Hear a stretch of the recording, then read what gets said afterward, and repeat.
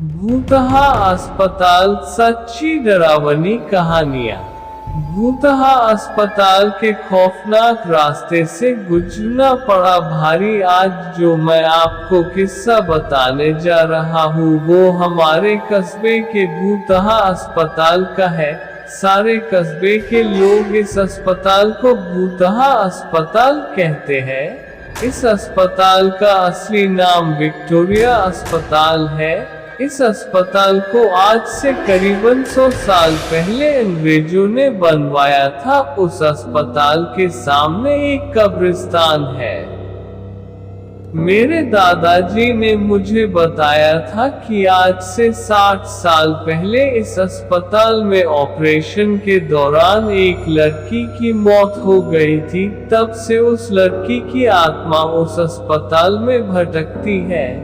रात ढलते ही कोई भी इंसान उस रास्ते से नहीं गुजरता है, क्योंकि उस लड़की की आत्मा राहगीरों को परेशान करती है। हालांकि मैं दादाजी की बताई पुरानी भूतहा कहानियों में ज्यादा विश्वास नहीं करता था।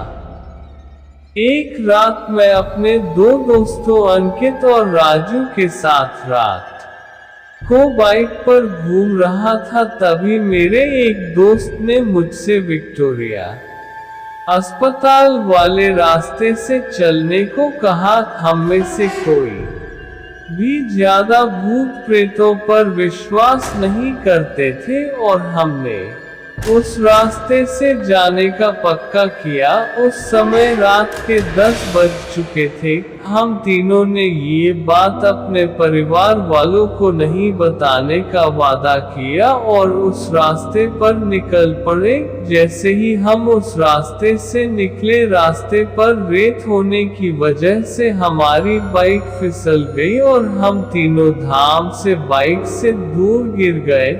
गनीमत थी कि हम लोगों को कोई चोट नहीं आई थी। बाइक चला रहे मेरे दोस्त अंकित ने बोला कि उसका बैलेंस तो बराबर था, फिर ये बाइक कैसे फिसल गई। हालांकि वो थोड़ा डर गया था, तो मेरे दूसरे मित्र राजू ने बाइक चलाने को कहा। अब राजू बाइक चला रहा था। हम 1 किलोमीटर ही चले थे कि अचानक हमारी गाड़ी का टायर पंचर हो गया और गाड़ी की स्पीड तेज होने से गाड़ी इस बार फिर पिछली बार से भी दूर तक फिसलती गई। इस बार हमें कोहनियों और घुटनों पर थोड़ी चोट आई थी। अंकित फिर से बोला कि इस जगह में जरूर कोई गड़बड़ है, हम लोग वापस उल्टे चलते हैं। लेकिन मैंने और राजू ने उसकी बात नहीं मानी और बाइक उठाकर पैदल चलना शुरू कर दिया। हम थोड़ी दूर ही चले थे कि अचानक किसी लड़की के चीखने की आवाजें सुनाई दी। ये सुनकर हम रुक गए और अंकित बोला, यार तुम लोगों को चीखने की आवाज सुनाई दी क्या? हमने उसकी बातों को अनसुना कर कहा कि कोई जानवर की आवाज होगी। 5 मिनट चलने के बाद फिर वही चीख फिर से सुनाई दी। इस बार तो हम दोनों को भी थोड़ा डर लगने लगा। हम तीनों ने वापस चलने के बारे में सोचा, लेकिन हम रास्ते के बीच में आ गए थे। पीछे चलने में 3 किलोमीटर और आगे चलने में 2 किमी और बाकी थे। हम लोगों ने आगे जाने का सोचा। थोड़ा आगे चलने पर हमें बरगद के पेड़ के नीचे एक औरत दिखाई दी। इतनी रात को अकेली औरत को देखकर हमारे तो रोंगटे खड़े हो गए थे। हम लोगों ने पीछे मुड़ने का सोचा, तभी वो बूढ़ी औरत चिल्लाई, बेटा रुको, मुझे हाईवे तक का रास्ता बता दो। हमने पूछा कि इतनी रात को आप इस रास्ते से कैसे निकल रही हो? तो उस बुढ़िया ने कहा कि मैं पड़ोस के गांव की रहने वाली और मेरे पास पैसे नहीं है, इसलिए मैं पैदल ही निकल पड़ी। हाईवे के उस पार मेरा गांव है। हमने उस बुढ़िया की बात का विश्वास कर लिया और आगे निकल पड़े रास्ते में।